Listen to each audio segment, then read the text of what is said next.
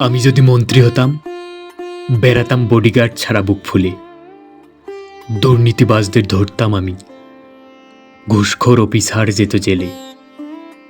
আমি যদি মন্ত্রী হতাম, গাড়ি নিয়ে সব অফিস ঘুরতাম, দেখতাম সরকারি কর্মকর্তারা কি করে।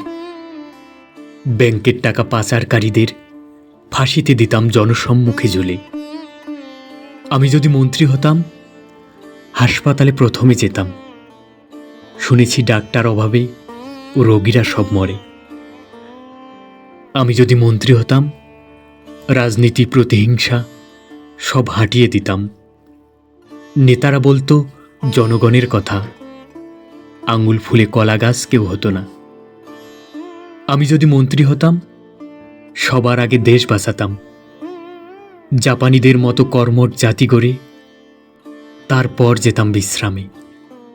আমি যদি মন্ত্রী হতাম, সুপরিকল্পিত নগর বানাতাম, পরিবেশ বান্ধব দেশটা গড়ে পরবর্তী প্রজন্মের কাছে দিতাম ছেড়ে।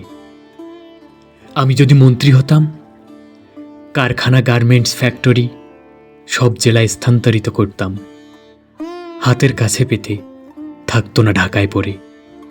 আমি যদি মন্ত্রী হতাম, আকাশ বাতাস কাঁপিয়ে দিতাম, অন্যায়কারীরা কাঁপতো ভয়ে, ভাবতো কখন শনি জোটে কপালে। পরিশুদ্ধ দেশ বানাতাম, সবাই বাঁচতাম নির্ভয়ে।